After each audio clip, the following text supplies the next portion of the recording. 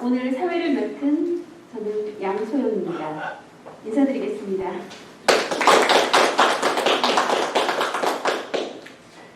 오늘 통일교육주간에 열리는 2021 한반도 평화프로세스 통일학술 세미나는 호남 4.19 혁명단체 총연합회가 주최하고 4.19 통일의병대가 주관하며 광주광역시에서 후원하는 행사입니다. 최근 한미 정상회담에서 보듯이 지금은 한반도 통일시대이며 이 땅에 한반도 통일의 불길이 만천하에 퍼져야 할 것입니다. 오늘의 행사는 한반도 평화 프로세스를 작동시켜 통일에 이르는 길을 제시하고 있습니다.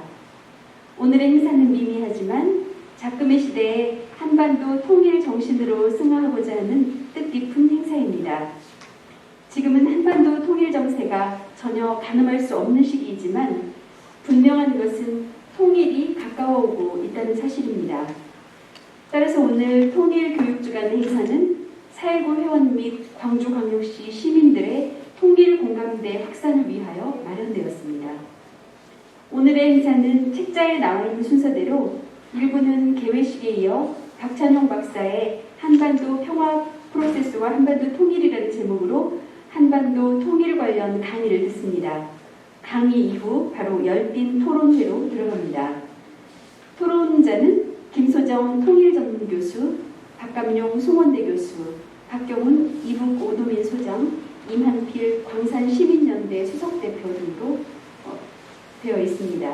한반도 통일에 많은 지식을 습득할 수 있는 시간이기 때문에 강의에 집중해 주시면 고맙겠습니다. 그럼 지금부터 호남 4.19 혁명단체 총연합회가 주최하고 4.19 통일의병대가 주관하며 광주광역시에서 후원하는 한반도 평화 프로세스와 한반도 통일 학술 세미나를 시작하겠습니다. 먼저 식순에 의하여 국민의례가 있겠습니다. 일동 기립하셔서 단상 정면에 있는 국기를 향해 주시기 바랍니다. 일동 차렷, 국기에 대한 경례, 바로 이하는 생략하겠습니다. 자리에 앉아주시면 감사하겠습니다. 다음은 이번 행사를 위하여 오피 국제평화재단 혁신위원장이시고 전국 혁신비상대책위원장이신 노남수 위원장님으로부터 인사말이 있겠습니다. 모두 큰 박수로 환영해 주시기 바랍니다. 인사드리겠습니다. 오늘 축사를 맡은 노남수입니다. 반갑습니다. 네, 오늘 우리 민주화의 역사적인 장소 4.19 기념관에서 한반도 평화 프로세스와 한반도 통일 정세에 대한 학술 세미나를 열게 돼서 무한한 영광이고, 또 많은 분들이 계시는데 또 저를 또 축사할 수 있도록 영광의 자리를 주셔서 감사합니다. 오늘 통일 전문가 박찬용 교수님, 또 김소정 교수님, 박감용 교수님, 박경훈 소장님, 임한필 수석대표님, 양소영 박사님, 모든 훌륭하신 분들이 이 한자리에 모이셔서 오늘 주제를 놓고 열띤 토론을 벌이게 돼서 앞으로 미래가 상당히 희망차 보이고요. 일단 오늘 주제는 우리 한반도 역사적으로 봤을 때도 그렇고 현재 놓여있는 우리 대한민국의 지리적인 상황, 또 여러가지 한미 여러 분쟁 속에서 상당히 의미 있는 학술 대회라고 생각하고 있고요. 저는 이 자리에서 한 3가지 정도 간단하게 요약을 해서 말씀드리고 싶습니다. 우선 우리 한반도는 특히나 역사적으로 볼 때 약 한 900여 번 이상의 외세 침입을 받아서 많은 전쟁 위험과 공포 속에 이때까지 왔습니다. 그런데 현재 우리 대한민국이 처해 있는 상황을 봤을 때 앞으로 또다시 이런 전쟁이 나지 않는다는 보장은 없습니다. 그런 의미에서 한반도의 지속 가능한 평화 프로세스 구축은 그 무엇보다도 중요하다고 생각합니다. 그래서 첫 번째로는 우리가 사회 정의를 바로잡고 또 대한민국 전체적인 위기와 혁신, 또 청년 리더들을 키워서 여기에 효과적으로 대응해야 된다고 생각합니다. 또 두 번째는 지역적인 분쟁, 또 여러 가지 정치적인 목적을 가지고 우리 내부적으로 다투지 말고 화합하고 단결해서 결국은 한반도 지속 가능한 통일 프로세스를 구축해내야 된다고 생각합니다. 그리고 마지막으로는 우리 국민들 모두가 인내하며 배려하며 또 상생할 수 있는 방법을 찾아서 우리 한반도가 평화롭게 세계 속의 3대 강국 안에 들어갈 수 있도록 되었으면 좋겠고, 마지막으로 오늘 학술 세미나로 그치지 않고 실질적으로 평화통일에 이바지할 수 있고 도움이 될 수 있는 그런 뜻깊은 시간이 됐으면 좋겠습니다. 오늘 여기에 참석하신 모든 분들의 하시는 일과 가정에 큰 축복이 있길 바라면서 축사에 가름하겠습니다. 감사합니다. 네, 감사합니다. 광주 시민들을 위해서 더 많은 일을 해주시도록 노남수 위원장님께 다시 한번 뜨거운 박수 부탁드립니다. 이어서 박찬용 정치학 박사님께서 한반도 평화 프로세스와 한반도 통일이라는 주제로 발표를 하시겠습니다. 박찬용 박사님은 전남대 외대교수이시고 민주평통자문위원, 통일부 통일교육위원, 광남일보 칼럼니스트로 활약하고 있습니다. 강의가 끝난 후에 토론자 네 분께서는 약 5분 정도 각각 토론해 주시기 바랍니다. 그러면 발표를 듣겠습니다. 네, 여러분 만나뵙게 돼서 반갑습니다.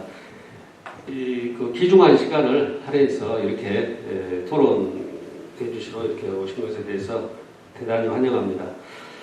또 지금 코로나 시기고 그래서 사실 그 청중들도 한 100명도 이렇게 100명 정도 있고 이렇게 해야 되는데 비대면이고 지금 그 유튜브로 아마 그 퍼스트 뉴스 유튜브를 통해서 이렇게 퍼져 나갈 겁니다. 그래서 앞에 청중들이 많이 있다고 생각하시고 오늘 행사를 해주시기 바랍니다.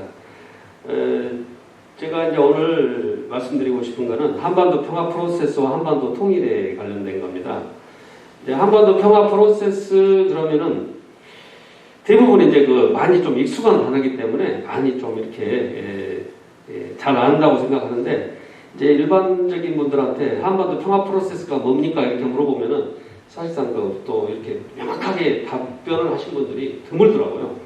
이제 한반도 평화 프로세스라는 건 한마디로 말해서 남한 정부, 북한 정부가 이제 당사자가 된다는 거죠. 당사자가 돼서 우리 한반도의 일은 우리 당사자가 이렇게 책상에서 앉아서 우리 한반도 일을 처리하자.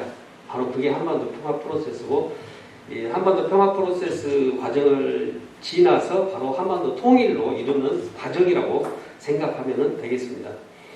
제가 이제 이따 나옵니다만은 이번에 그 한미 정상회담 있었죠. 5월 21일 날 한미 정상회담 했는데 문 대통령께서 미국한 목적이 크게 보면 두 가지죠. 한반도 평화 프로세스의 재가동과 두 번째 백신 외교. 크게 보면 그 두 가지입니다. 머릿속에는 아마 우리 대통령 머릿속에는 한반도 평화 프로세스의 재가동이 아마 먼저 있었을 거라고 저는 생각하고 있습니다. 제가 약 한 40분에서 50분 정도 좀 간략하게 하도록 하겠습니다. 오늘 제가 이 목차는 우리 토론자님들은 뒤쪽을 봐주셔도 좋고요. 하여튼 자연스럽게 해주시기 바랍니다. 오늘 제가 말씀드릴 목차는 한반도 평화 프로세스의 재가동, 그다음에 한반도 정세와 평화의 중요성이 뭔가, 남북관계 개선과 한반도 평화 추진, 한반도 평화 프로세스 민간단체 역할, 아마 이런 내용에 대해서 하겠습니다. 이거는 이제 저의 견해이기 때문에 약간 우리 이 토론자님들하고 틀릴 수도 있습니다. 그래서 그런 부분을 일단 토론하는 시간에 얘기해 주시면 됩니다. 제가 100% 이 교과서는 아니기 때문에 그걸 감안해 주시기 바랍니다. 저에 대해서는 여러분 알고 계시니까 넘어가고요.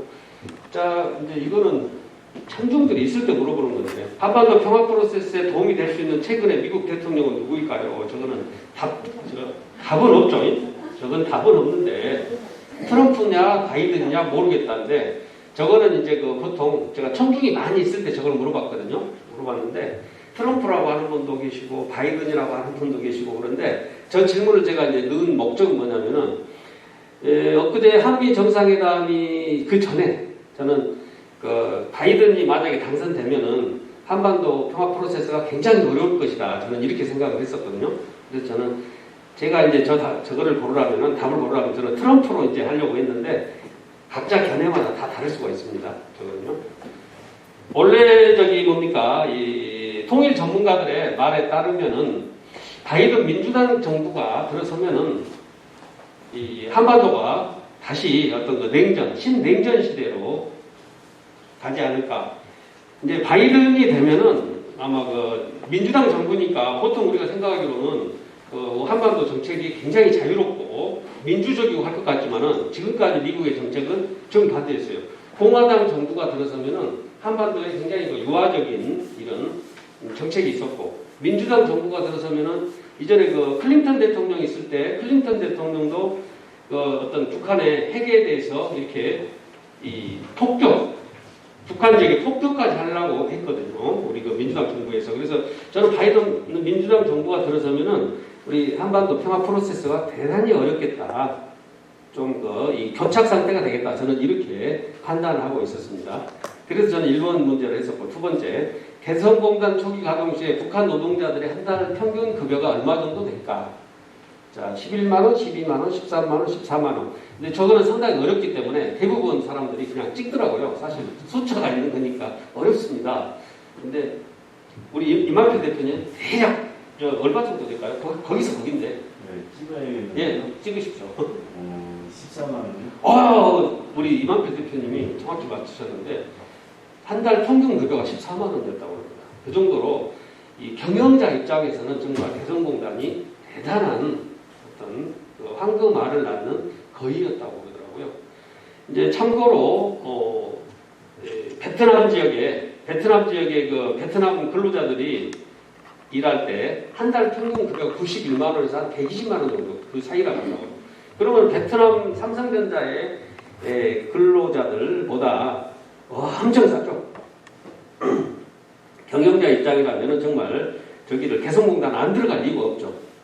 그래서 이제 오늘 제목이 한반도 평화 프로세스인데 개성공단 같은 공단이 뭐 한 10개, 50개, 100개 이렇게 만들어진다면은 특별히 이렇게 통일 교육을 하지 않아도 자동적으로 이 한반도 통일에 가깝게 가지 않을까 저는 이렇게 생각하고 있습니다. 그런데 한미 정상회담에 대해서 여러분들이 다 잘 알고 있는 내용인데 다시 한번 너무 중요하기 때문에 다시 한번 보도록 하겠습니다. 한미 정상회담이 이제 5월 21일 날 불과 4, 5일 전에 이제 일어난 일이죠. 중요한 게 5가지가 있더라고요.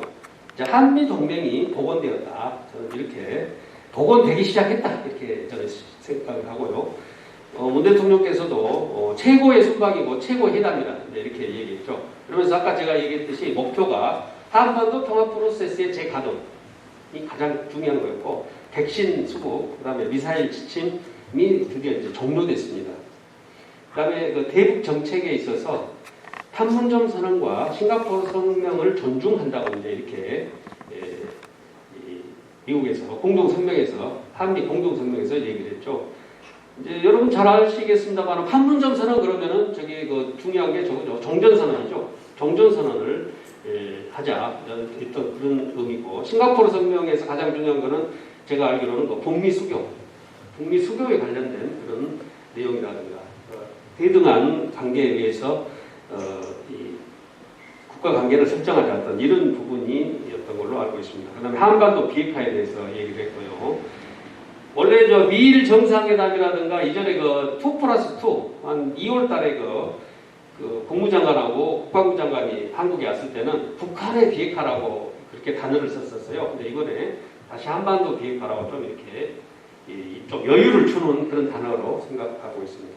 그다음에 성김 특별대사를 임명했다는 것은 이제 그 바이든 정부에서 상당히 북한 관계를 중시하고 많은 논의를 하자 그런 뜻으로 저는 생각이 되고요. 그다음에 문재인 정부의 그 대북 정책을 많이 필요하고 있는 것으로 저는 그렇게 생각을 했고, 그다음에 CVID 확실하고 검증 가능하고 되돌릴 수 없는 그런 핵폐기를 해야 되는데 그것보다는 이제 좀 단계적으로 점진적으로 접근하는 것을 미국에서 이렇게 얘기를 했다는 겁니다. 그다음에 잘 알다시피 이제 백신 동맹을 체결했죠. 글로벌 백신 허브로 이제 한국이 아마 될 것 같고요. 모더나와 삼성 바이오로직스가 계약을 해가지고 아마 상당히 많은 모더나 백신이 한국에서 아마 생산이 될 것 같습니다. 이미 노바백스하고 SK 사이언스에서는 그 기술 이전까지 하기로 했죠. 그다음에 이제 한국 군인들한테 55만 명한테 지원하기로 했었고요. 그다음에 이제 경제 동맹까지 체결했죠. 44조라는 천문학적인 금액인데 강주시 1년 예산이 대략 얼마 정도 되냐면 5조에서 6조 정도 되거든요. 그러면 강주시 예산을 이제 기준으로 본다면은 7년, 8년 정도 쓸 것을 투자를 했다는 겁니다. 어마어마한 것이고요. 그 다음에 저게 이제 다른 의미로 본다면은 4차 산업의 가장 핵심적인 이 부품들이 반도체하고 배터리잖아요. 근데 이제 그거를 전 세계 가장 이 하단 지역인 미국에 바로 이 44조 정도를 투자한 것을 보면은 세계적으로 확산되는 계기가 되지 않을까 저는 이렇게 보고 있습니다. 그다음에 해외 원자력 발전소에 공동 참여하기로 이렇게 했고요.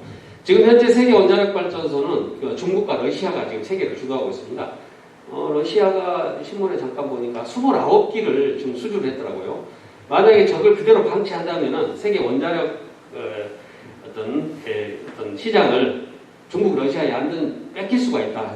그런 어떤 염려 때문에 한국과 미국이 손을 잡은 걸로 그렇게 알고 있습니다. 그다음에 5기가라든가 6기가까지 이렇게 협력하게 되고요.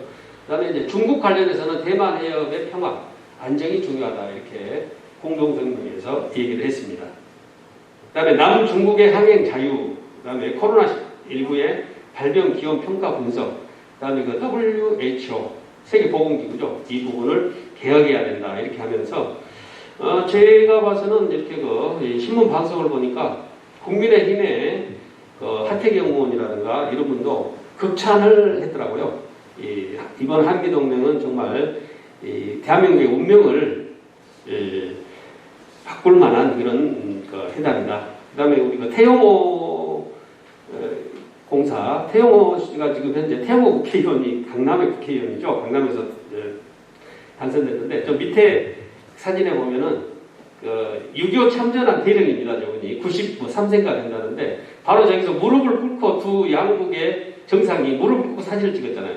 저걸 보면서 태영호 국회의원이 뭐라 했냐면은 정말 문 대통령이 대단한 책략가다. 그러면서 저 그림 하나로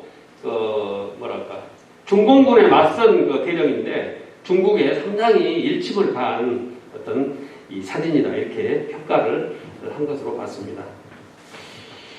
다음입니다. 또 재밌는 사항은 우리 대한민국에 참 좋은 반가운 법안인데 한반도 평화 법안이 문 대통령이 방문하기 하루 전날 발의가 됐다는 거예요. 하루 전날입니다. 미국 연방의 브래드 셔먼이라는 그거는 이제 책자에는 지금 안 나와 있습니다. 제가 여기 책자를 보니까 이 한반도 통일 정세가 하루하루 막 바뀐 게 너무 많아가지고 새로운 뉴스가 이렇게 막 쏟아지거든요. 브래드 셔먼이라는 민주당 의원이 발의를 했어요. 그러면서 그 내용이 뭐냐면은 한반도 평화법안 내용이 한반도 종전선언, 그 다음에 평화협정 논의를 시작하자 이런 부분이고, 그 다음에 북미 연락사무소 설치하자. 바로 저 내용이 뭐냐면은 아까 말한 판문점 선언과 싱가포르 선언을 그대로 지금 옮겨 놓은 것이죠, 저게. 그러면서 이산가족 상봉 이런 부분 인도적 결혼까지 해야 된다. 이렇게 법안에다 넣어놨습니다. 그래서 이제 이것을 6개월 이내에 검토해서 다시 의회로 보고하라고 이렇게 돼 있고요. 미국 여야를 방문하고 바이든 대북 정책을 좀 이렇게 지지하는 흐름이 계속 이렇게 있다는 것입니다. 그래서 아까 제가 말한 싱가포르 선언을 존중하고 실천하는 방안이 바로 한반도 평화 법안에 들어가 있다. 저는 이렇게 보고 저게 이제 미국 민주당과 공화당을 통과해가지고 저게 이제 최종 법안으로 된다면은 최종 법으로 만들어진다면은 우리 한반도 평화 프로세스, 한반도 통일에 상당히 결정적인 법안이 되지 않을까 저는 이렇게 생각하고 있습니다. 저 정도 법안을 발의하려면 보통 한 2년 이상, 2, 3년 정도 뭐라고 그럴까요? 한국의 로비스트라고 할까요? 로비스트들이 미국 의회를 막 이렇게 가가지고 정말 그렇게 집요한 설득도 하고 막 해야 저 정도 결과가 나온 걸로 알고 있는데 문 대통령께서 정말 많이 수고한 것으로 저는 이렇게 생각하고 있습니다. 저 법안이 좀 발의가 최종 통과가 됐으면 참 좋겠습니다. 예, 그다음 분단된 대한민국 4대 강국 이 부분은 이제 여러분들이 다 일반적인 상식적으로도 많이 알고 있는 내용이죠.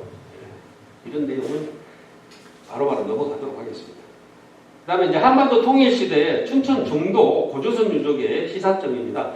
춘천 중도의 고조선 유적이다 그러면 아마 이 부분에 대해서 아마 대부분 모르고 계실지 아마 듣기는 들었는데 어떤 내용인지 모르는 분들이 의외로 많을 거예요. 저거는 최근에 뉴스에도 많이 나왔고 조중동 뉴스에는 거의 안 나왔어요. 저게.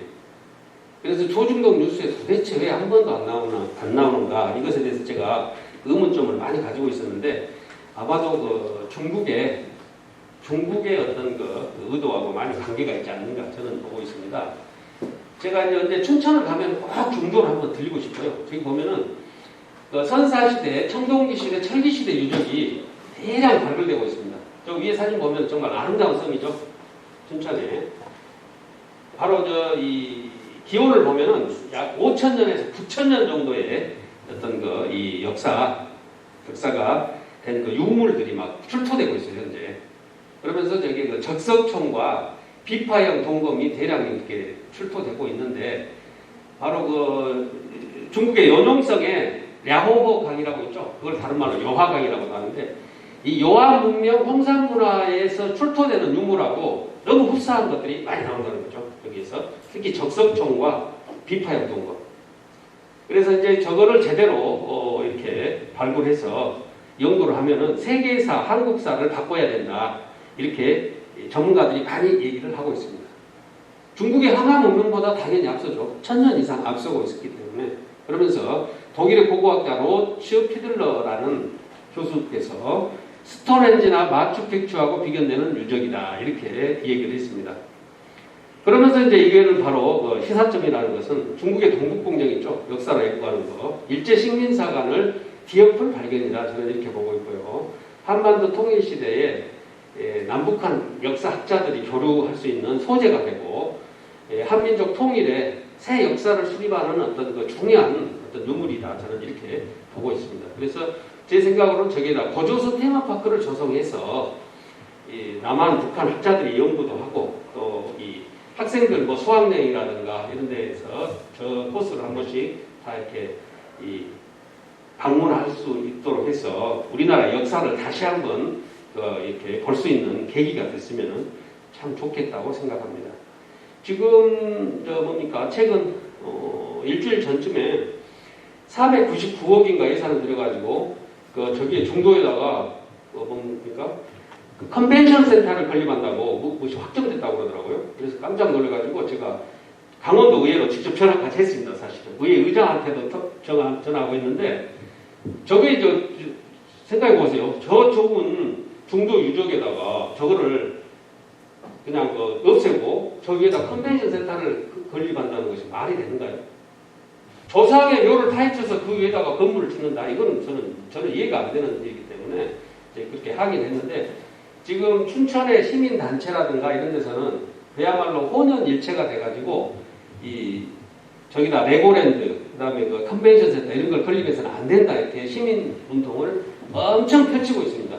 근데 현재까지는 문화재청장이라든가 지금 현재 우리 문재인 정부가 저도 이제 더불어민주당 좋아하고 이렇게 하는데 역사 의식들이 너무 희박한 것 같아요. 그래서 제가 저거를 써놨는데 한반도 통일 시대하고 저 유적하고 너무나 관련이 깊기 때문에 제가 저거를 써놨습니다. 그 동북공정이라는 건 말 그대로 발해하고 고구려의 역사를 중국 역사로 편입한 걸 말하잖아요. 그래서 그걸 기억해야 되잖아요. 그대로 놔두면은 어떻게 되는가 이제 바로 나옵니다. 중국의 동북공정을 이제 우리가 어플하면 우리 역사를 알아야 된다는 거죠. 한민족의 유관 역사를 보면은 저기 홍산문명이라고 써져 있죠. 바로 저가 요하강 쪽입니다. 중국 항암 문명보다 1000년이 앞섰습니다. 저거는 다른 말로 홍산문명이라고도 하는데 바로 저 문명이 발견됨으로써 동북공정이 착수가 됐죠. 1980년대 후반에. 그러면서 이제 그 고조선 시대가 보통 이 일제식민지 학자들은 저걸 부정하는데 47명의 단군이 있었습니다. 천문과학으로 증명이 되고 있죠. 그러면서 고조선 영역이 바로 저렇게 넓은 지역에 있었습니다. 무려 2096년 동안 있었죠. 전문과학으로 이미 증명이 되고 있죠.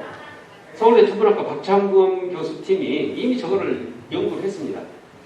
단기고사라든가 저런 책에 보면은 이 대야발이라는 분이 단기고사라는 책을 지었잖아요. 그러면서 1733년에 BC 1733년에 오성 치루 현상이 있었다는 게 나와요.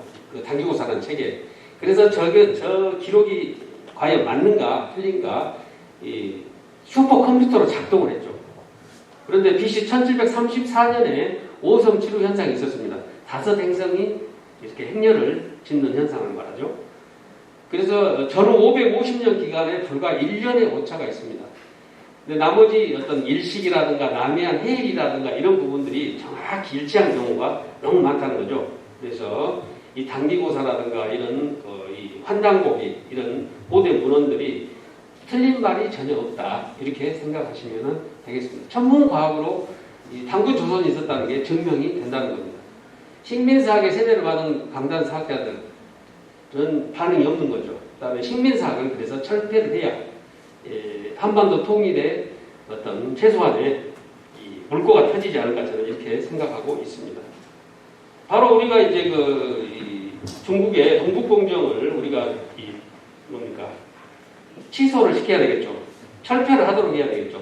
그 만약에 동북공정을 그대로 놔두면 이런 현상이 벌어지게 된다는 거죠. 중국에서는 4개국 분할 통제안을 가지고 있습니다. 이미 2015년 8월 달에 MBN에서 방송을 한 거죠. 저거는. 중국에서는 바로 이 4개국 분할안을 보세요. 한경남도, 평안북도, 저강도, 양강도. 저기는 중국에서 가져간다는 거죠. 분할 통치한다는 거죠. 나머지 노란색은 러시아 한경북도. 그 다음에 평양에서부터 그 밑으로 황해남도, 황해남북도. 저거는 한국에서 관할하고. 그 다음에 미국은 강원도 일부 지역을 하고. 근데 저 안이 오바마 대통령 시절에 저거를 안을 중국에서 만들어서 미국으로 보냈어요. 그래서 이제 중간에 아마 일본이 낀 것 같은데 저 미국 강원도라고 써진데 저기에다가 일본에서는 미국 일본도 이렇게 써놨더라고요. 아주 교활한 친구들이 일본 친구들인데 그래가지고 지금 만약에 한반도에 북한의 급변 사태가 벌어진다 그러면 최악의 경우 우리가 힘이 없을 때 저렇게 된다는 거죠. 저렇게 4개국이 분할 통제를 하기 때문에 바로 그 근거가 되는 게 동북공정이죠. 한강 이북의 지역은 한사군을 설치를 우리가 했었다. 한강 이북의 북한 지역 영토는 바로 중국의 영토였다. 그래서 4개국 분할을 우리가 할 수 있다. 이런 근거가 된다는 겁니다. 그래서 동북공정을 우리가 그것을 알고 동북공정이 왜곡된 것이라는 것을 우리 국민들이 다 알아야 됩니다. 그러면서 저런 일이 전혀 없게 해야 되겠죠. 만약에 저거를 원전 반대 그룹들이 해킹해서 알아낸 사항이거든요. 저게 만약에 발견되지 않았다 그러면은 제2의 카스라 테프트 밀약이 만들어지지 않았을까 저는 이렇게 보고 있습니다. 오바마 대통령 시절에 저 안을 보고 반대도 하지 않고 찬성도 하지 않았어요. 오바마는 묵인만 했어요. 묵인. 아 저런 게 있구나. 그래서 미국 정부에서는 한국 정부로 저게 어느 정도 근거가 있는가 확인까지 했죠. 사실은 그런 내막이 있는데 대부분 알고 있는 분들이 없더라고요. 그 다음에 일제 식민사학의 개본다. 이 부분에 대해서는 여러분들 잘 알고 계시겠죠. 이완용 나라를 팔아먹은 이완용 있죠. 이완용의 직손 손자뻘 되는 사람이죠. 거기가 바로 이병도고요. 이병도가 이제 사실상 일제 식민사관의 괴수로 보면 되죠. 우리 한국 사람인데 식민사관을 수립했기 때문에 저 사람이. 그러면서 이병도가 이 초대 서울대 교수였죠. 그러면서 그 손자 이건무가 국립중앙박물관 관장, 그다음에 서울대학교 총장 이장무였죠. 다 거기 손자들입니다. 바로 이 라인들이 현재까지도 우리나라 역사학계를 주름잡고 있습니다. 저런 분들이 역사학계를 주름잡고 있기 때문에 우리 한민족의 고대사 부분이 가려질 수밖에 없는 것이죠. 지금 현재. 자, 그래서 이제 보면은 다시 역사에서 이제 다시 돌아오겠습니다. 금년도는 한반도 평화 프로세스 회복의 해다 해가지고 코리아 디스카운트에서 코리아 프리미엄 시대로 전환해야 된다. 이제 저는 이렇게 생각하고 있습니다. 아까 얘기했습니다만은 만약에 한반도 평화 프로세스를 하지 않는다면은 우리가 이 재가동을 하지 않는다면은 중국의 4개국 군합 통제안에 우리가 넘어갈 수가 있는 것이고, 그다음에 일본 자위대는 한반도 특히 북한 지역에서 급변 사태가 일어나기를 바라고 있죠. 왜냐하면은 급변 사태가 일어나가지고 미국과 같이 북한 지역을 갈 수가 있기 때문에, 그러면서 일정의 이제 어떤 그 지분을 요구하겠죠. 자, 우리가 북한 지역에 평정을 위해서 수고를 했기 때문에 그 대가를 주라 그러면서 뭐 독도를 그러면 우리가 점령하겠다라든가 그걸 하겠죠. 그래서 저런 부분을 우리가 미리 분쇄를 해야 된다는 것이죠. 그래서 한반도 평화 프로세스는 어떤 선택의 문제가 아니라 필수적인 반드시 의무의 문제다. 저는 이렇게 생각하고 있습니다. 그 다음에 북한의 8차 당대회가 금년에 있었습니다. 금년 초에 있었죠. 우리 남한도 사실은 굉장히 어렵습니다만 북한도 삼중고가 있습니다. 코로나 팬데믹 때문에 있고 경제 제재를 당하고 있죠. 그다음에 기상이변이 있는데 코로나 저기 숫자를 보면은 사실 뭔가요? 북한은 현재 제로인데 전혀 통계는 안 나오고 있죠. 뭔가 제2의 고난의 행군을 강조할 정도로 북한에서는 상당히 어려운 것으로 알고 있습니다. 지금 최근에 한미 정상회담에 대해서 공식적인 논평은 현재는 안 나오고 있습니다만은 당분간은 좀 약간 부정적으로 나오겠죠. 왜냐하면 자기들도 좀 기세를 잡는다 이런 부분이 있기 때문에. 그렇지만 저기 보면은 대조선 적대시 정책을 처리하는 데 있고 타국에 처한 현 북남 관계와 중대한 기로에 있다 이런 국면을 이야기를 했죠. 그러면서 조건부 관계 개선론을 얘기했기 때문에 제가 봐서는 어느 정도 아마 금년 말부터나 될까요? 아마 점차 좀 이렇게 좀 부드럽게 변할 것이라고 저는 예상하고 있습니다. 바이든 정부의 새로운 대북 정책 모색입니다. 이런 내용은 트럼프보다 대북 정책이 사실 강경한 것만은 사실이죠. 왜냐하면 트럼프는 이 정상회담을 통해서 바로바로 막 이렇게 일을 처리하는데 이 바이든 정부는 오히려 더 강경합니다. 근데 이번에 이제 한미 정상회담을 통해서 좀 상황이 좀 더 부드러워졌습니다. 맨 밑에 보면 대북 압박과 미래 외교 가능성에 대해서 한국 등 동맹국들과 긴밀히 협의할 것을 이야기를 했죠. 그래서 이제 강대강 국면을 저지하고 북한과 미국을 설득을 해야 되겠죠. 그러면서 외교 역량을 높여야 됩니다.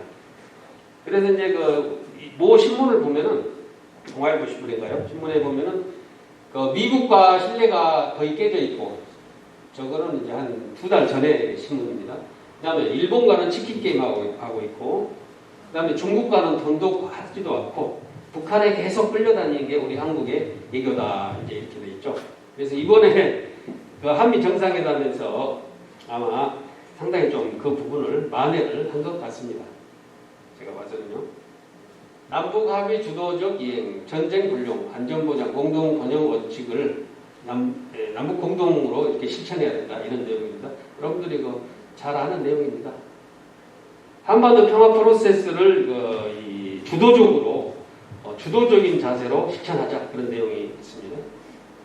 그다음에 이제 이인영 장관인데 이인영 장관이 금년도에 청와대 업무보고를 했죠. 여기에서 보건, 의료, 방역 무엇이 많이 이렇게 써져 있는데 현재까지 실천한 것은 단 하나도 없습니다.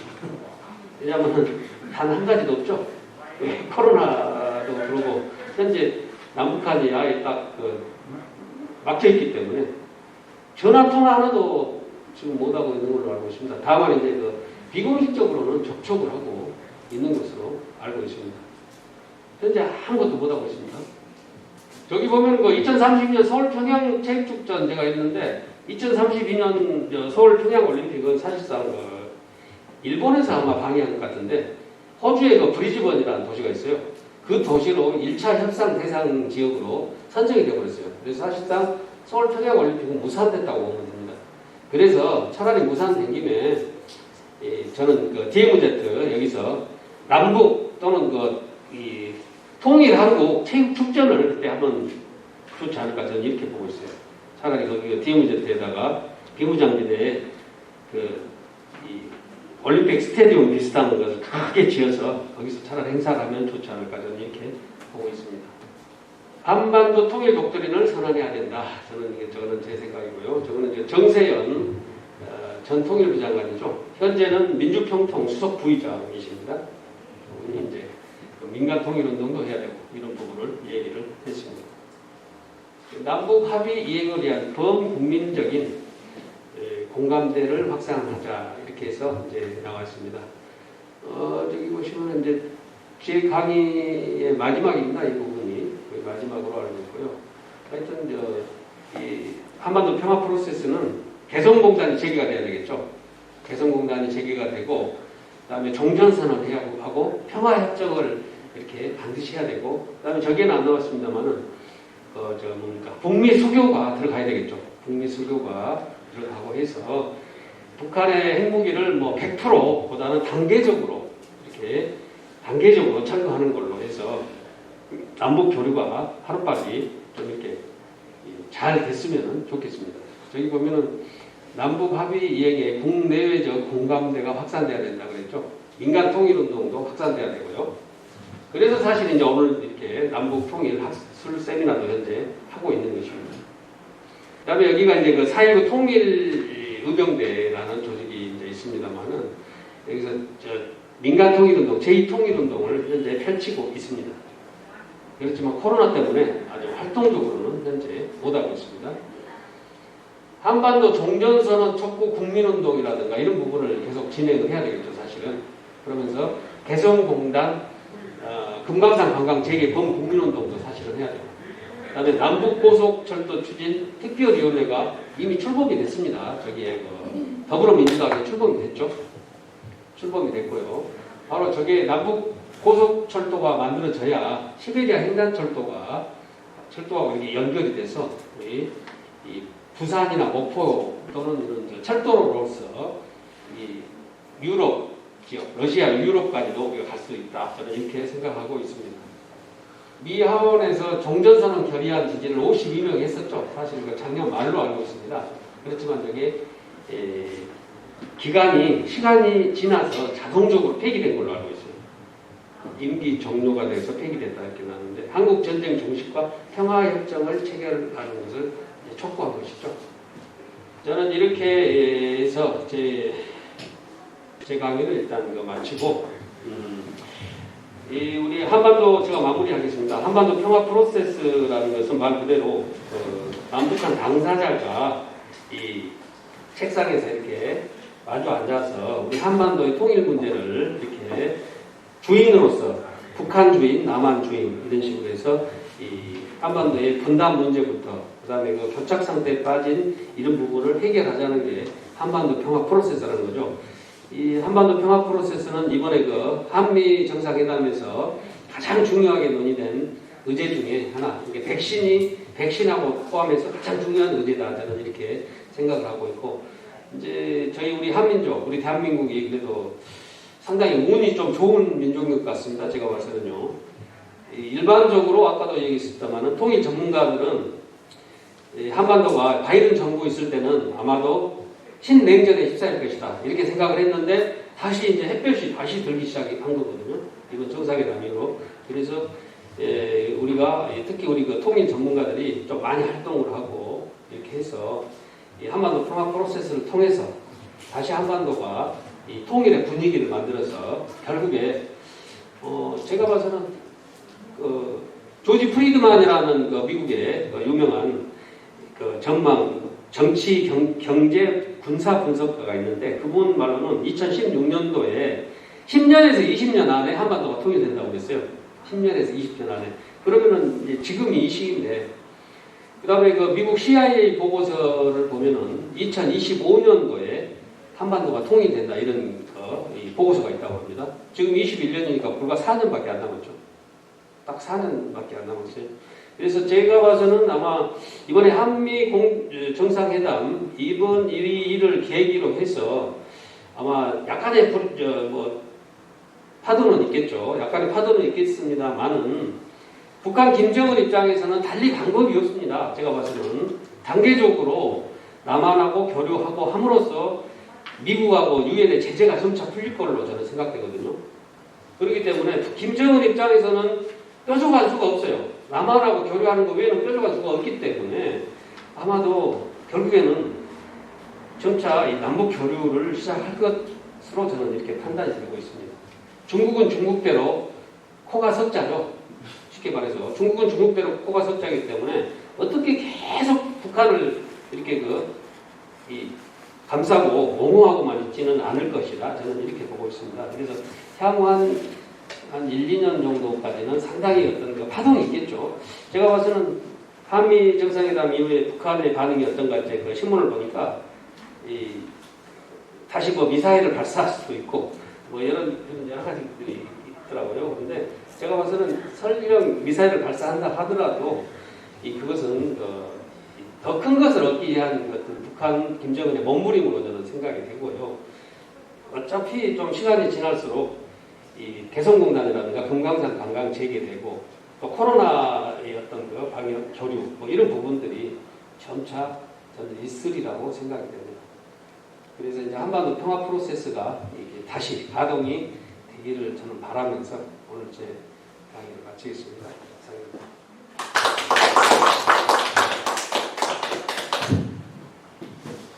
네, 박찬영 박사님의 발표를 들어보니 막연하게 느껴졌던 통일이 멀지 않은 것 같은 희망이 생깁니다.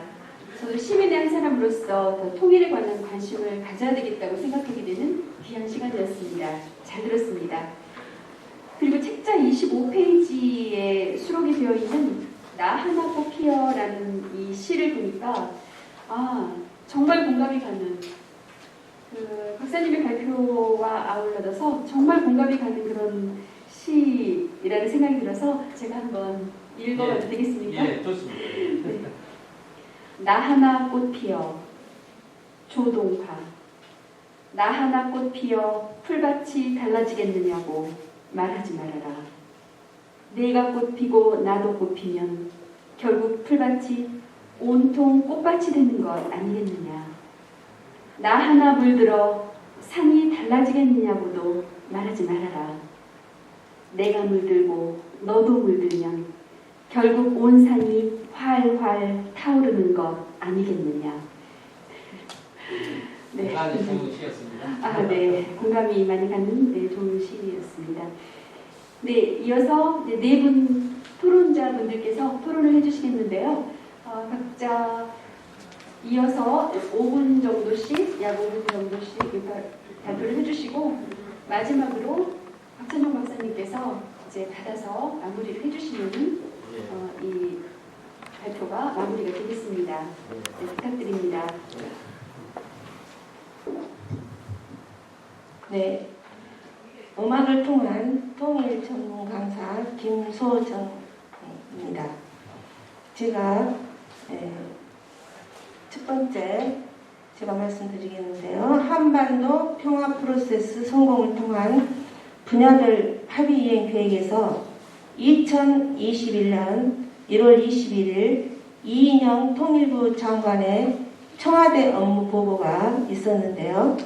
벌써 금년이 벌써 5월 말이 되니까 2분의 1이 지나가는데 현재 실현된 것이 별로 없는 것 같아요. 그래서 발제자님께서는 금년 말 12월경 실현될 수 있는 전망은 어떻게 보고 계신지 말씀드리고요. 그 다음에 또 두 번째, 남북한 합의 이행을 위한 범국민적 공감대 확산을 위한 노력을 많이 해야 합니다. 그러나 현실적으로 코로나 팬데믹과 통일 분위기가 조조하여 어려움이 많습니다. 이번 5월 21일 문 대통령의 방미 이후부터는 한반도 통일 분위기를 조성하여 2025년을 한반도 통일 원년으로 설정했으면 하는데 박찬용 발제자님 의견 어떠신지 듣고 싶습니다. 하나 더 해도 된가요? 예. 지금 두 가지 말씀드렸는데 한 가지 더 하자면 한반도 평화 프로세스 확산을 위해서 여러 활동을 포함하여 민간 통일운동이 활성화되어야 한다고 생각합니다. 특히 4.19 통일의병대의 민간 통일운동이 독특하고 정부에서도 적극 후원해야 한다고 생각합니다. 박 지사님께서 4.19 민간 통일운동의 활성화 방안을 말씀해 주시면 감사하겠습니다. 박찬현 박지사님의 말씀 잘 들었습니다. 한반도 평화 프로세스라는 부분이 굉장히 중요하다고 저는 생각을 하고 있습니다. 박지사님께서도 발표 때 강조를 하셨는데요. 먼저 코멘트를 하고 질문을 하나 좀 드리고자 합니다. 첫 번째는 한반도 평화 프로세스에서 나타난 북한을 평화와 통일의 동반자로 인식하는 게 중요하다고 했습니다. 근데 과연 국내외 현실적인 문제라든가 한계 때문에 그렇게 인식을 하고 있는지에 대한 문제 제기를 좀 하고 싶습니다. 먼저 북한을 동반자로 인정하는 문제에 있어서 1992년도에 합의된 남북 기본 합의서에는 남과 북이 특수관계로 보고 있습니다. 기본적으로 적이 아닌 동반자로서의 관계를 인정하고 있다고 볼 수 있겠죠. 근데 우리 헌법 제3조 영토 조항을 보면 대한민국의 영토는 한반도와 그 부속 도서로 한다라고 규정하고 있어서 북한을 별개의 국가로 보지 않고 반국가단체 활동을 규제하기 위한 특별법인 국가보안법에서도 반국가단체는 북한을 비롯한 북한을 옹호하는 국내 조직을 말함으로써 실질적으로 북한을 동반자로 인정하지 않는다라는 해석을 할 수 있을 것입니다.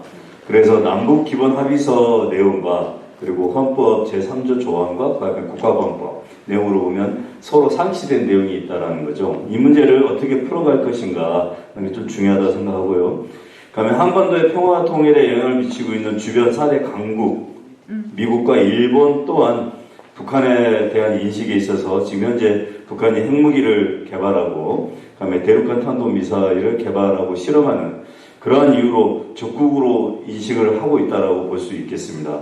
그러므로 한반도 평화 프로세스를 작동시키는 데 있어서 가장 중요하고 첫 출발인 이러한 인식의 문제에 있어서 북한을 평화 통일의 동반자로 인정하는데 대한민국 국내의 보수와 진보의 시각이 또 충돌하고 있고 법적인 규정과 정치적인 유연함의 간격이 존재하지만 미국과 일본은 북한이 핵 개발을 포기하기 전까지는 자신들을 위협하는 국가나 깡패 국가로 인식하고 있는 게 엄연한 현실입니다. 이러한 간극을 어떻게 메꿔 나갈 것인지가 중요하다고 생각이 되고요. 그 다음에 한반도 평화 프로세스가 작동하기 위한 남북미 전제 조건과 해결 방안을 제가 좀 생각한 내용을 간단히 말씀드리면 한반도 평화가 가져온 이점에 대해서 문재인 대통령은 당선된 지 얼마 안 돼서 2017년도 7월 6일 날 베를린의 알테스 스타트 하우스에서 신한반도 평화 비전을 발표하게 됩니다. 여기에서 대북 산호 원칙을 발표하는데요. 첫 번째는 북한에 대한 적대, 공격, 붕괴, 흡수 통일을 추구하거나 원하지 않는다는 점을 천명했고 한반도 프로세스의 작동에 대한 의지와 북한을 평화와 통일에 대한 동반자로 명확히 밝혔습니다.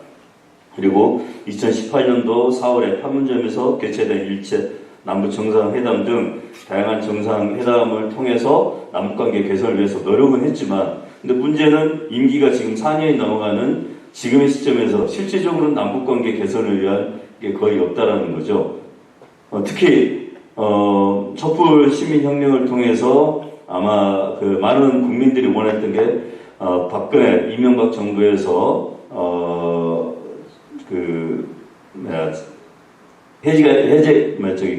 금지가 됐던 금강산 관광 재개 문제라든가 그다음에 개성공단 재가동 이런 부분이 이루어지지 못했습니다. 가장 상식적인 내용이라고 생각이 되는데요.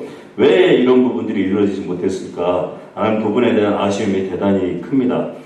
또 북한 또한 2021년도 1월에 제8차 당대회에서 여러 가지 내용들을 발표를 했었죠. 네, 이런 부분에 대해서 실질적으로는 이제 진척된 내용들이 몇 개월 지났지만 그렇게 없는 상황이고 아까 박 지사님께서도 정세현 평통 수석부의장님의 말씀을 인용을 하셨는데 이 부분을 보더라도 정세현 수석 부회장님은 실제로 금강산 관광 재개라든가 개성공단 재가동은 유엔의 북한 그 경제 제재에도 불구하고 미국 동의 없이 이루어 수 있는 남과 북의 합의에 추인할 수 있는 문제라고 얘기를 하셨습니다.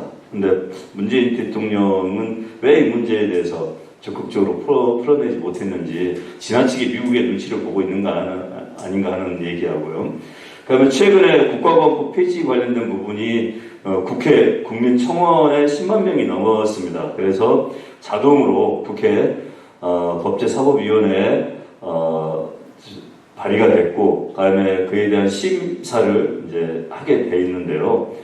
실제적으로는 아까 법정 내용에서 충돌되고 있는 부분들이 있기 때문에 충분히 우리 대한민국은 형법 87조에서 91조까지 조항으로 보면 내란죄라든가 선동죄라든가 이런 여러 가지 부분에 대한 규정들이 있습니다.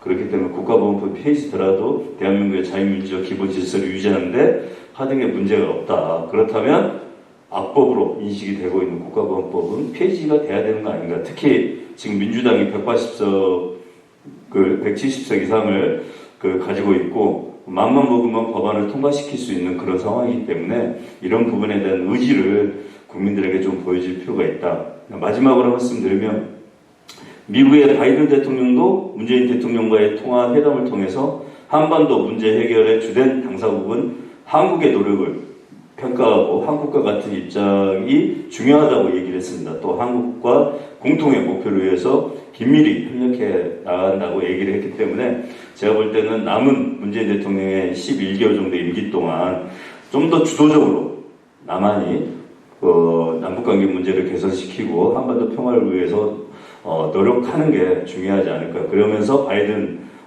정부를 설득해 나가는 게 실질적으로 종전협정에서 평화협정으로 가는 데 있어서 중요한 내용일 수 있겠다. 그래서 결과적으로는 현재 문재인 대통령의 의지가 굉장히 중요하다는 걸 말씀을 드리고 싶고요. 그 질문은 박재단님께서 치는 중요하게 서두에 발언했던 내용인데 저도 궁금해서요.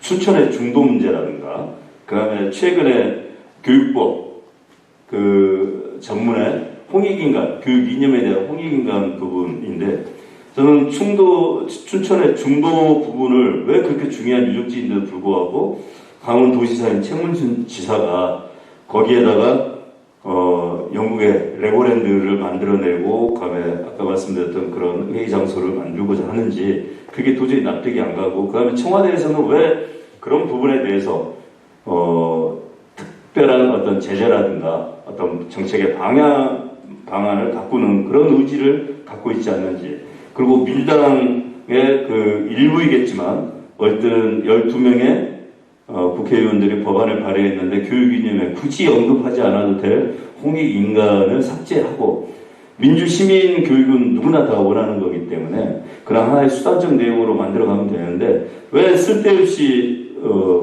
혼선을 일으키는지 나는 그런 부분에서 의문이 좀 있는데 우리 박지원님께서는 그 부분을 어떻게 생각하시는지 여쭤보고 싶습니다. 네, 감사합니다. 예, 반갑습니다. 송원대 국방경찰학과 박감정 교수입니다. 우리 박찬영 박사님께서 한반도 평화 프로세스에 대해서 발표하신 내용은 정말 저도 100% 공감하고 아주 좋은 방안이라고 생각합니다. 그래서 우리가 지금 평화 운동을 통일 운동을 하기 이전에 평화 통일 지금 평화 운동을 지금 많이 하고 있는데 이 평화가 바로 통일이다. 먼저 평화가 돼야 통일이 될 것이다.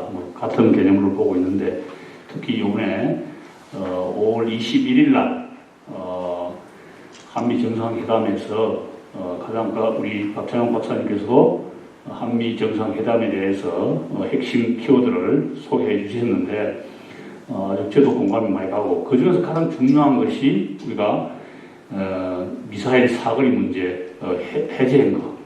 그것은 상당히 우리가 이제 주권을 가진 것입니다. 이것이 이제 우리가 지금까지는 800km까지만 제한됐는데 그것이 이제 무제한으로 해제가 됐기 때문에 우리가 상당히 주권을 이제 가졌다. 안보의 주권. 이것이 모든 안보, 통일, 나라에 대한 주권이 되기인데 또 일부 이 사거리가 있는 경우로 해서 중국을 자극하지 않는가 이 생각하는데 그것은 아닙니다. 중국을 우리가 충분하게 설득을 해야 돼. 중국도 지금 동평 20일 해가지고 우리 저 해이룽 장성에서 사거리 사격하면은 이 일본까지도 다 갈 수 있는 사거리를 다 만들어놨기 때문에 이것은 우리도 우리나라의 주권을 가지기 위해서 안보를 가지기 위해서 하기 때문에 충분히 중국도 다 이해하리라고 봅니다. 이렇게 하나하나 찾아가는 그런 평화운동, 통일운동, 주권이 이어지지 않을까. 지금까지 보면 우리가 평화, 통일운동, 남북 관계를 발전을 위해서 보면은 제가 이제 주로 35페이지에 내놨는데 평화적으로 좀 합의가 통일해야 된다. 평화 통일의 공감대가 가장 확산이 돼야 되고, 그 다음에 남북 경제 발전을 함께 이루어가면서 이 통일로 접근해야 된다. 그래서 지금까지 우리 통일운동 방향을 좀 보면은 상당히 정부하고 지자체 그 나름대로 특색과 그 아이디어를 도출해서 그 최선 역량을 다한 모습을 보여주는데 좀 아쉬운 점이 있는 것은 뭐냐, 중앙 및 지방자치단체 그 간주도로 주로 행사에 많이 거쳐가지고 일반 그 시민들이 호응을 좀 많이 이끌어내지 못한 점이 좀 있다고 생각합니다. 둘째는 보면 예산이라든가 이런 도움 문제로 주로 하는 일회성 행사에 그런 치우친 경우가 많이 있었습니다. 그래서 또 일반 국민들의 피부에 또 와닿지 않는 그 통일운동이 좀 미흡하고, 지금 먹기 살기도 바쁜데, 무슨 통일운동이냐, 또 우리 젊은 청년들은 취업이 단연 걱정인데 무슨 통일이냐, 그런 볼멘 소리를 많이 하는 사람들도 있었고, 통일의 핵심은 가장 중요한 것은 당사자인 북한의 모습이고, 또 그들이 또 통일운동은 어떠했을까 하는 이런 우리 일방적인 그 통일 짝사랑이 아니고 지금 우리가 일방적인 통일 짝사랑만 하지 않는가 그런 생각도 좀 듭니다. 그래서 앞으로 우리 평화 통일운동 방향은 좀 우리 각 지자체하고 북한의 지자체 간에 이런 좀 폭넓게 자매 개념도 맺고 또 이게 MOU 체계도 만들어서 이 할 수 있는 준비를 좀 많이 해준 그런 프로젝트를 추진하는 것도 좋을 것으로 생각합니다. 또 일부는 그리 많이 하고 있지만은, 그리고 탈북자하고 또 북한 주민들이 좀 공감할 수 있는 이런 포용적인 프로그램을 좀 많이 앞으로 개발해야 될 것 같습니다. 아직도 우리 사회에는 보면은 탈북자들이 몇 년 전에 보면 모자가 이렇게 굶어서 죽은 그런 죽는 사례가 우리 서울 시내에서도 있고 그랬습니다. 이것은 정말 비극이지 않습니까? 이와 같은 것이 바로 어떻게 되겠습니까? 탈북자들에 대한 배려. 그래서 우리 주변에 이런 어려운 그 이웃을 돌보는 것부터 작은 것부터 차근차근 좀 준비해서 실천하는 것이 우리 앞으로 평화 통일로 가는 토대가 되지 않을까 그렇게 생각합니다.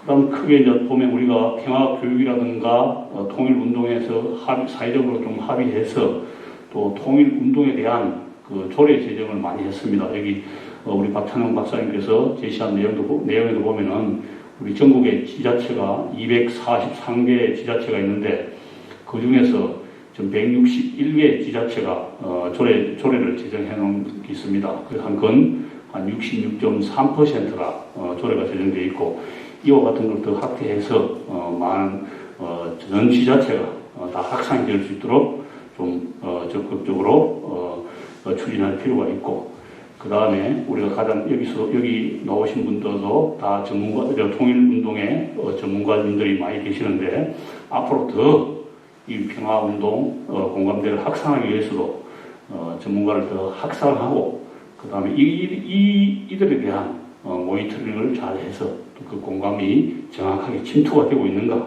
그런 것을 찾는 계기가 되었으면 합니다.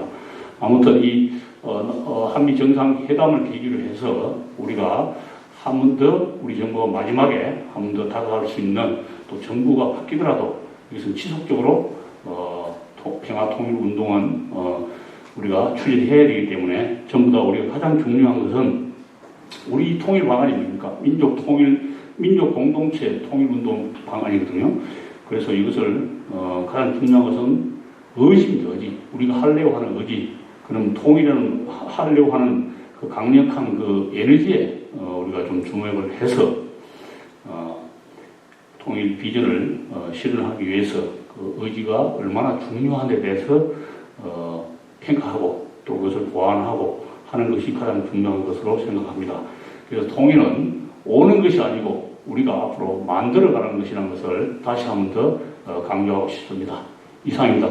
그리고 우리 우리 박찬영 박사 통일운동의 전문가이시니까 청년들의 그 통일운동에 좋은 이런 안이 있으면 나중에 마지막에 한번 언급해 주시면 감사드리겠습니다. 이상입니다. 이부도 광수사무소 수장 박경호입니다. 오늘 일단 어떻게 보면 이 학술 세미나를 정말 적절한 시기에 이렇게 개최가 된 것에 대해서 상당히 좀 감사를 드리고요. 그리고 사실 이제 통일에 관련돼서 가장 희망하고 바라는 저기는 우리 이북 도민하고 이탈 중인 것 같아요. 이제 다른 여러 가지 부분에서는 앞에 그 토론자 분들께서 또 말씀을 하신 부분이 있어서 일단 저는 이제 접근하는 일단 방식에 대해서 한번 제 생각을 일단 말씀드리겠습니다. 제가 이제 보통 여러분들이 우리가 보면 축구를 다 좋아를 많이 하시는데 제가 이제 남북관계에 관련되는 부분 자체를 축구로 대비를 하다 보면 지금 현재 전반전만 마치고 지금 후반전 들어가기 전에 지금 슈타임을 거치고 있는 결과인 것 같아요. 그래서 사실 어떤 보면 언제나 전쟁이 일어나도 전혀 이상하지 않다고 생각할 수도 있는 부분이 있는데 제가 이제 향후에 이런 평화 프로세스나 관련해가지고 진행되는 상황 중에서 사실 이제 전반전을 치열하게 싸웠다 하면 이 후반전은 우리가 그 승부에 상관없이 어떤 친선 게임으로 서로 화기애애하게 이렇게 진행을 하면서 평화롭게 마칠 수 있으면 좋겠다라는 게 제 취지고요. 사실 우리나라가 역사적으로 봤었을 때 한 1,500회, 600회 정도의 전쟁을 지금까지 치러왔는데 이걸 이제 평균으로 따져보니까 4년에서 5년에 한 번씩 항상 크든 작든 전쟁을 치러왔더라고요. 그래서 사실 지금 현재 6.25 끝난 이후에 지금 이제 65년 동안 역설적으로 이렇게 남북 관계의 상황이다 보니까 거의 65년 동안 지금 현재 전쟁이 거의 발생을 하지 않은 지금 현재 현실이거든요. 그러니까 어떻게 보면 지금 역사적으로 봤었을 때 장기적으로 우리 대한민국이 전쟁이 발생하지 않은 가장 긴 기간이라고 지금 현재 또 볼 수가 있습니다. 이제 여기서 이제 앞에 소개처럼 원래 이제 평화 프로세스라고 하는 이제 핵심적인 내용에 보면 처음에 이제 취지가 3대 전략과 3대 목표와 4대 전략에 대한 안건을 가지고 추진해 왔었는데 사실 현 정부에서 이거에 대한 부분 자체가 한 50% 정도만이라도 지금 현재 진행이 되어 왔다면 상당히 지금 현재 많이 발전이 되어 왔었을 것 같은데 나름대로 이제 추진을 여러 가지 쭉 해오다가 지난번에 남북 연락소에 북한 측에서 폭파한 그 순간에 모든 것이 지금 현재 무너져 버리는 상황인데 이제 저는 이제 어떤 생각을 좀 말씀드리고 싶냐면 어찌됐든 간에 이제 기존에 이 좋은 어떤 남북의 협력이나 통일을 위한 방안으로서 지금 현재 가지고 있던 이런 부분에 이 평화 프로세스에 대한 재가동과 복원에 대한 이제 이 핵심이 가장 또 중요한 것 같아요. 그래서 일반적으로 지금 현재 우리가 이런 게 있어요. 어떤 거냐면 지난번에 지금 현재 우리가 1차적으로 지금 가장 남북관계 형성에 대해서 인도적 지원이 조금 먼저 시작이 돼야 될 부분이 많이 발생을 하는데 그러려면 정치적인 어떤 그런 부분에 대해서 배제를 하고 민간 교류를 우선적으로 해야 될 부분이 많이 발생을 하지만 현실적으로 지금 현재 민간끼리 교류는 정부의 승인이 있어야지만 가능하거든요. 그래서 제도적으로 이런 부분 자체는 조금 민간적인 교류는 현실적으로 이제 불가능한 부분이 발생을 해서 이런 부분에 대해서 좀 어떻게 또 좀 더 효율적인 민간 교류가 이루어질 수 있게끔 그런 어떤 대안이나 어떤 그런 부분에 대한 프로세스를 어떻게 좀 가져갈 것인지 하는 것도 한번 우리가 고민을 해봐야 될 부분인 것 같아요. 그리고 저는 이제 개인적으로 아까 여러 가지 말씀 다 드리긴 했지만 향후에 이 어떤 남북의 어떤 화합이나 어떤 이런 통일에 대한 어떤 그런 부분으로 지금 현재 전략을 조금 더 좀 차원을 높게 하자고 하면 기존에 지금 현재 비무장지대를 좀 뭔가 세계적인 이슈화 시켜서 만들기 위해서 거기에 대해서 비무장지대에 대한 어떤 그 부분을 어떤 식으로 전 세계적으로 공론화 시켜서 이렇게 같이 공유해서 만들어 나갈 것인지가 조금 더 한 번 더 생각을 해봤으면 좋을 것 같아요. 그래서 제가 몇 가지 말씀드린 것 중에서 뭐냐면 비무장지대에 어떻게 보면 이제 유엔 기구나 국제 기구 같은 어떤 그런 상식적인 기구를 유치를 하는 방안하고 그다음에 거기 지금 현재 상당히 많은 그 지뢰가 지금 매설되어 있는데 이 지뢰도 국제사회와 같이 공동으로 이렇게 지뢰 제거 작업을 같이 한번 시행을 해본다든지 그리고 좀 장기적으로 봤었을 때 어차피 거기가 좀 한 선택의 보고잖아요. 그리고 어떤 그 평화의 선택적인 공간일 수도 있으니까 이 공간을 지금 현재 그 남북한 공동으로 유네스코에 등재할 수 있는 어떤 그런 부분도 한번 추진해보는 전략도 필요할 것 같다는 생각이 좀 듭니다. 그리고 그 어쨌든 간에 지금 현재 한 가지 문제가 어떤 게 있냐면 지난번에 한번 제가 그 대북 관련해가지고 교육청에서 한번 여쭤봤는데 그 현재 북한의 지역에서는 어떤 그 인도적 지원이나 물자 지원이나 이런 부분 자체가 본인들도 필요로 하고 있고 그것을 오가고 있는데 그 사람들이 바라는 게 뭐냐면 조금 비공개를 했으면 좋겠다. 오픈하지 말고. 그러니까 이게 무슨 얘기냐면 우리가 그 불이익 장학금 증서 같은 거나 어떤 대기업이 생산을 한다고 했었을 때 그 친구들 막 불러다가 대대적으로 광고하고 홍보해가지고 어떤 그룹들한테 하면 그 기업이야 생색이 나겠지만 받는 사람 입장에서는 솔직히 그거 막 대대적으로 자랑할 수 있는 상황은 아니거든요. 그래서 북한의 입장은 뭐냐 좀 주되 그냥 자기 좀 그 자존심 세워주고 비공개를 좀 해달라라고 하는데 문제는 뭐냐면 우리나라가 지금 이제 언론의 자유가 보장되다 보니까 언론에서 다 터뜨려버려요. 이러니까 받고 싶어도 드러내고 받지 못하는 그런 현실적인 좀 문제가 있어서 이런 해법에 대한 부분 자체를 어떻게 좀 찾아나갈 것인지에 대한 것도 한번 생각을 해봐야 될 것 같긴 하고 어찌됐든 간에 저는 가장 중요한 건 뭐냐면 지금 현재 그 남북한의 통일에 대한 문제는 주변국들이 원하거나 원치 않거나 별로 관심이 없습니다. 지금 현재 남북한의 우리의 민족끼리의 통일을 가야 되는 부분이 가장 현실적인 부분이긴 한데 또 한 가지 제가 전번에 한번 또 그 자료를 조사를 해봤더니 주변 국가들도 지금 현재 방해를 하고 있지만 우리의 그 정치의 예전에 수구 세력들이라고 그러죠. 그러니까 기득권을 가지고 있는 통일이 됐었을 때 본인한테 별로 이렇게 그 마이너스가 되는 요인이 발생했던 그런 집단들 같은 경우에는 은근히 드러내놓고는 반대는 안 하지만 물밑에서는 또 통일되는 것을 원치 않는 그런 세력들도 많이 있어요.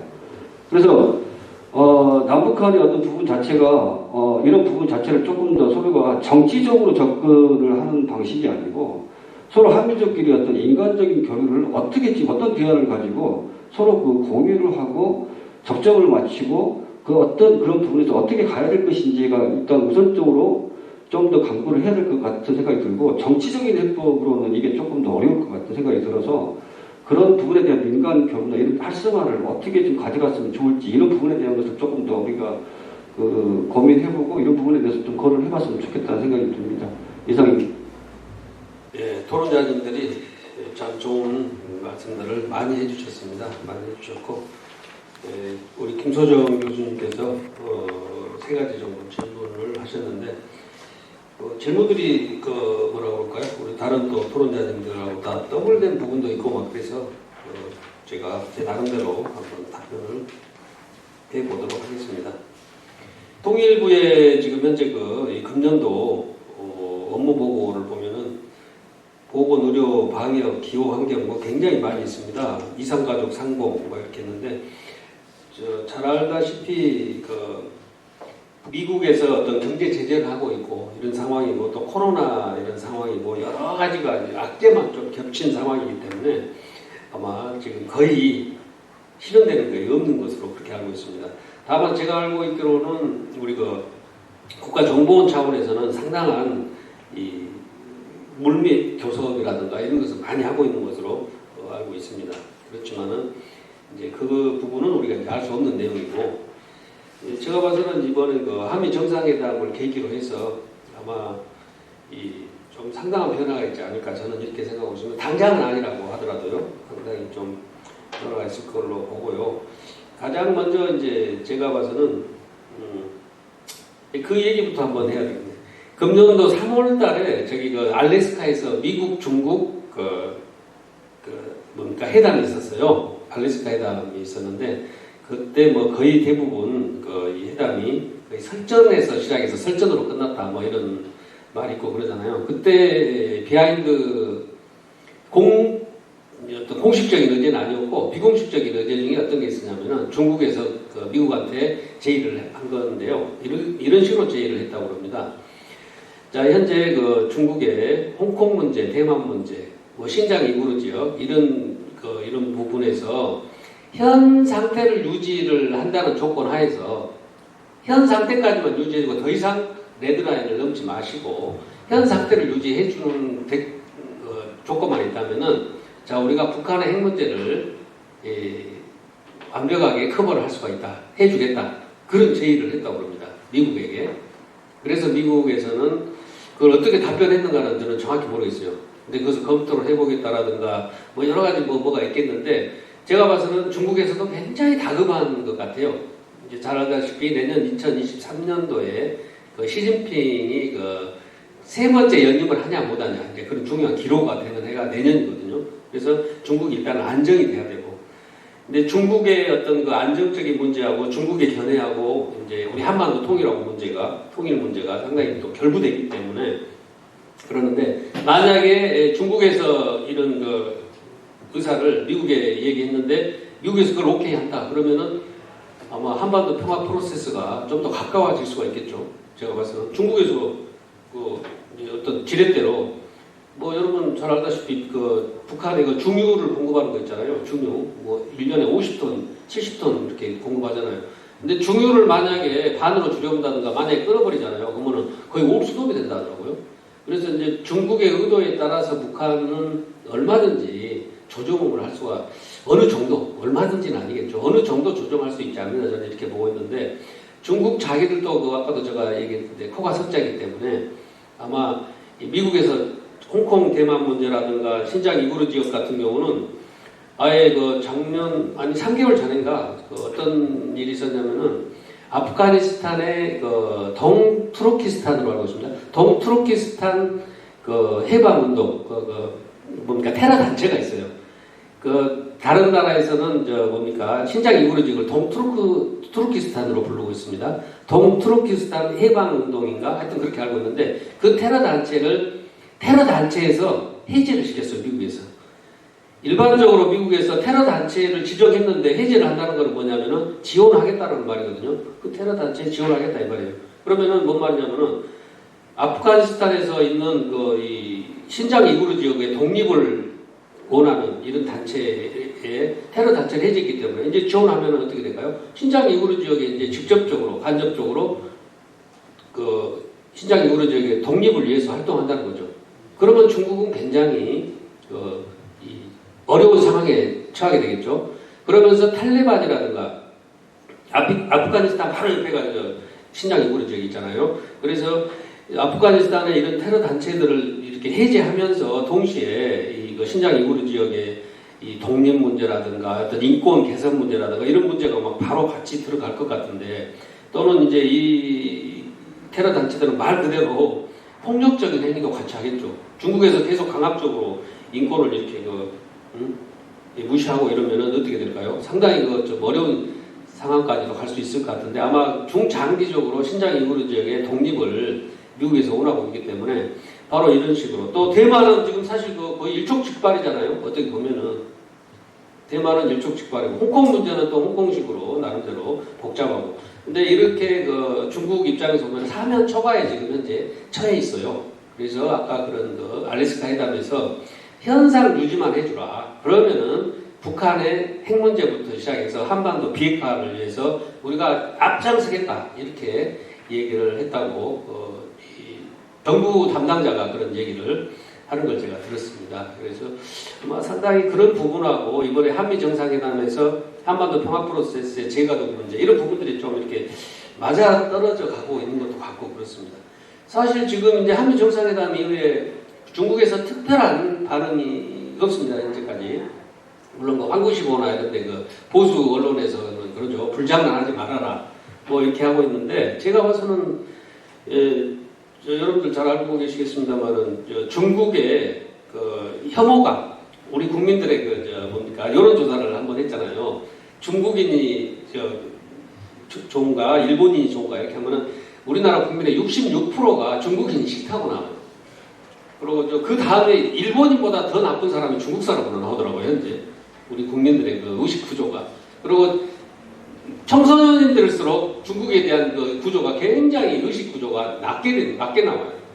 그 이유를 보면은 뭐 조선 구마사로 해서 뭐 동북공정을 이렇게 해서 역사를 왜곡하는 부분부터 뭐 미세먼지가 이렇게 계속 날라오는 부분. 그다음에 아까 우리 춘천 중도 문제 우리 이만필 대표님께서 말씀하셨는데 춘천 중도 바로 옆에다가 차이나타운을 또 만든다고 그러잖아요. 그래서 그것에 대한 또 청와대 청원이 뭐 상당히 많이 60만 명이 넘어간 걸로 알고 있어요.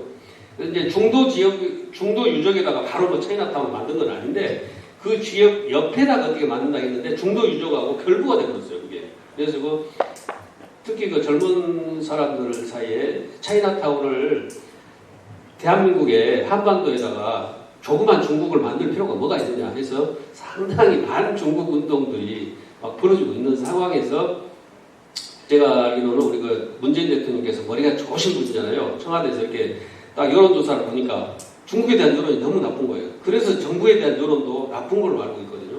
친중국 노선을 많이 겪다 보니까. 그래서 이번에 미국을 방문하면서 아마 52%는 미국, 49%, 48% 중국 이렇게 좀 이렇게 중국 빈도가 좀 낮아진 걸로 저는 그렇게 판단하고 있습니다.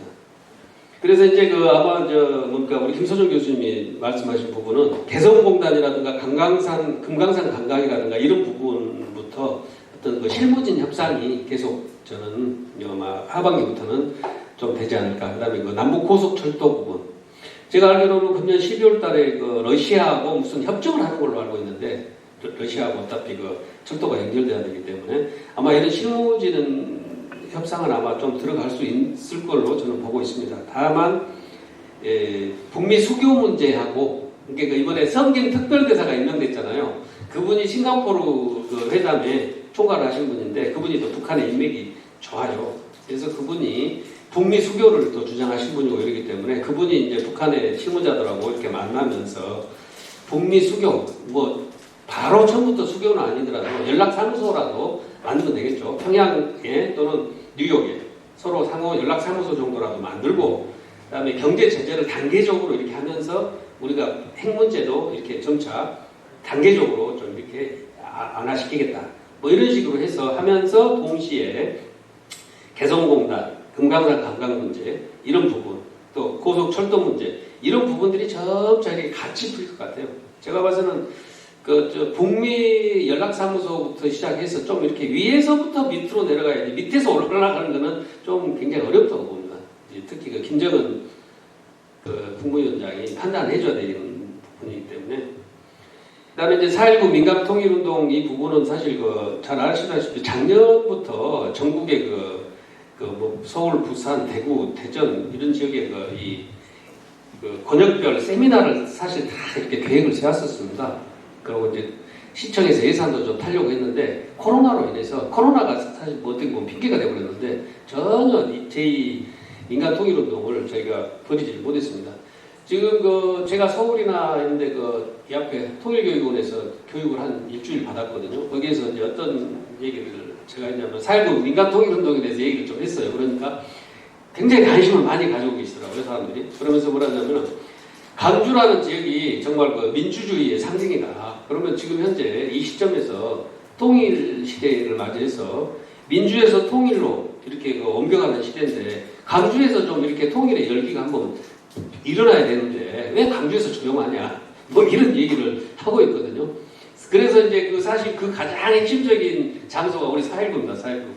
4.19 여기에서 이제 민간 통일운동이 이렇게 시작이 돼야 될 것 같은데 사실 그런 여러 가지 그런 제약도 있고 그렇습니다. 민간통일운동 작년 말에는 여기서 세미나 2번 정도 하고 그랬거든요. 그래서 사실 굉장히 아쉽고 여기 계신 분 저부터 시작해서 여기 계신 분들이 그 독립운동 하듯이 사실 통일운동을 해야 됩니다. 옛날에 100년 전에는 목숨을 담보하고 통일운동 했잖아요. 아니, 독립운동 했잖아요. 근데 요즘에 통일운동 한다고 누가 그 죽이기까지는 않지 않습니까? 그래서 우리가 통일운동을 가열차게 강주에서부터 시작을 해야 될 것 같아요. 다른 데 조용하니까. 뭐, 바이든 대통령이나 시진핑 그 수석이 딱 책상에 들어있는데 계속 뉴스가 우리 그 대한민국 국민들이 정말 통일을 원하고 있다. 이런 뉴스들이 계속 올라와요. 아, 저기를 통일 정말 시켜야 되겠네. 이렇게 좀 머릿속에 이렇게 끄떡끄떡 하도록 만들어야 될 것 같아요. 가만히 있으면, 아이, 저기, 나라 국민들은 저 통일을 원하고 있는지 안 하고 있는지 도무지 알 수가 없잖아요. 그래서 그런 그 분위기를 우리가 국민들이 만들어줘야 될 것 같습니다. 아까 우리 저 이만필 대표님께서 좋은 말씀 많이 해주셨어요. 근데 남북 기본 합의서 이렇게 얘기했고 북한을 동반자로 인식해야 된다. 당연히 저는 그렇게 해야 된다고 보고요. 아마 한반도 평화 프로세스의 첫 단계가 북한을 동반자로 인정해야 되는 거기 때문에 당연히 동반자로 인정을 해야 되겠죠. 만약에 인정을 하지 않으면 외세가 개입되기 때문에 안 됩니다. 바로 일본, 러시아, 뭐 중국 막 이렇게 끼어들어가지고 여기서부터 여기까지 내 땅이다. 뭐 막 이렇게 난리가 나기 때문에 동반자로 인정을 하지 않을 수가 없다는 거죠. 다만 이제 그 국가보안법 문제 그런 부분은 저는 이렇게 생각하고 있습니다. 지금 좀 폐지까지는 좀 그러고 좀 약간 개정하면 몰라도 이제 현재는 북한의 노동당 규약에서 남한의 적화를 해야 된다 이런 부분이 있는 걸로 알고 있어요. 북한의 노동당 규약에서. 그래서 이제 이런 부분하고 같이 보조를 맞춰 나간다든가 그런 부분들이 좀 쉽지는 않을 거라고 봅니다. 그래서 이제 국가보안법을 부분적으로 좀 개정을 한다든가 이렇게 저는 해야 된다고 저는 그렇게 생각합니다. 이석기 전 국가보안법 폐지에서 뭐 나와야 된다 이렇게 프랭카드가 있는데 저는 석방하는 것에 대해서는 찬성하지 않습니다. 제 개인적으로 그렇습니다. 그리고 우리 박감정 교수, 아까 이만필 대표님께서 저 얘기하셨죠. 춘천 중도 문제. 제가 봐서는 춘천 중도 문제가 얽힌 가장 큰 이유가요. 저겁니다. 이거는 개인적인 생각인데 중국의 로비입니다. 로비. 중국의 엄청난 로비를 하고 있거든요. 왜냐하면은 춘천 중도 문제가 만약에 발견돼가지고 연구자들이 이렇게 연구를 해가지고 체계적으로 연구를 한다. 그러면 어떻게 되냐면은 동국공정에 이거 허구라는 것이 나타나버려요. 동국공정이 허구라는 것이 나타나버리고 그 다음에 중국은 말 그대로 중국 황하강을 중심으로 해서 중국의 중화사관이라는 게 생겼는데 만약에 이 춘천 중동 문제가 계속 이제 이렇게 거론되면서 발굴이 돼가지고 연구되잖아요. 그러면 요한문명하고 연결되거든요, 이게. 근데 어차피 제가 봐서는 저희 세대에 통일 아마 제가 봐서는 5년, 10년 안에 저는 통일의 물꼬가 터진다고 보는데 아마 통일 시대하고 맞물려서 춘천 중동 문제가 마무리가 될 걸로 보고 있습니다. 제 개인적인 생각으로는 우리 역사가 제대로 밝혀지지 않는 이상 한반도 통일이 나는 진정한 통일은 어렵다고 보기 때문에 마치 이제 통일을 하려고 하는데 춘천 중도 문제가 이렇게 있거든요. 이거는 정말 하늘이 내려준 기회라고 저는 보고 있어요. 춘천 중도 문제를 중도 유적을 반드시 이 차기 정부에서라도 발굴해가지고 고조선 테마파크를 만든다든가 세계적인 어떤 하나의 기념관을 저는 만들어야 된다고 보거든요. 그러면서 동시에 한반도 통일, 그다음에 우리 한민족의 역사가 동시에 나오는 거죠, 거기에서. 그래서 이제 그런 부분에서 상당히 중요하다 저는 이렇게 생각하고 있습니다. 이제 지금 후보, 대통령 후보 이름까지는 거론하기 그렇습니다만은, 이미 이 안이 전달이 됐어요. 한 후보한테는요. 현재 1위를 달리는 후보입니다. 근데 전달이 돼가지고, 이거 당연히 보존해야 된다. 이렇게, 구도에서는 이렇게 얘기하는 걸로 그렇게 알고 있습니다. 교육기본법에서 홍익인간 이념을 삭제한다는 건 말이 안 되는 것이고요. 그 부분은요. 그다음에 우리 박감정 교수님이 아까 잠깐 하셨는데 굉장히 좋은 말씀이 통일은 저절로 오는 것이 아니라 만들어가는 것이다. 정말 참 좋은 말씀이라고 생각합니다. 통일을 만들어 가야 될 것 같습니다. 그다음에 이제 청년들의 통일 방안 이제 잘 아시겠습니다만은 이제 저희들이 이 초중고생들 이렇게 통일 교육을 시키다 보면은 가장 저기한 게 일자리가 많이 늘어난다. 그 부분에 대해서 우리 청소년들이 굉장히 공감을 많이 하더라고요. 일자리가 많이 늘어나고 특히 우리 이 남학생들 같은 경우는 이제 당장은 아니더라도 징집이 안 될 수도 있다. 저기 그 뭡니까 의무병 징집 어떤 의무적으로 가는 것이 아니기 때문에 예. 그래서 군대를 이제 바로 직업군 인식으로 바꿔지기 때문에 그런 부분들이 있다고 하면은 굉장히 좋아하고 청년들 통일방안은 말 그대로 SNS 쪽으로 해서 아마 상당히 이것을 좀 이렇게 퍼지게 해야 되는데 아직도 많이 미흡한 것 같습니다. 제가 봐서는 이거를 이렇게 통일부나 국립통일교육원 이쪽에서 좀 전담해가지고 해야 되는데 열심히 하고 있는데 아직 많이 좀 부족한 것 같습니다. 그래도 청년들의 통일 의식이 많이 올라오기는 올라온 것으로 그렇게 알고 있습니다. 아까 우리 박경원 소장님께서 좋은 말씀 많이 해주셨어요. DM 지역의 세계적인 어떤 생태계 보호이기 때문에 유네스코에서 등재를 해야 된다. 그건 저는 대단히 중요한 일이라고 생각하고요. 그다음에 지뢰가 워낙 많이 있기 때문에 지뢰 작업을 사실 우리 남한에서라도 먼저 이렇게 시작을 하면 참 좋을 것 같아요. 제가 봐서는. 그리고 2032년에 서울 평양 올림픽은 어차피 무산됐기 때문에 현재로서는 무산됐습니다. 아마 일본에서 많이 방해 공작을 한 것 같아요. IOC하고 일본하고 지금 도쿄 올림픽 때문에 접촉을 많이 하고 있잖아요.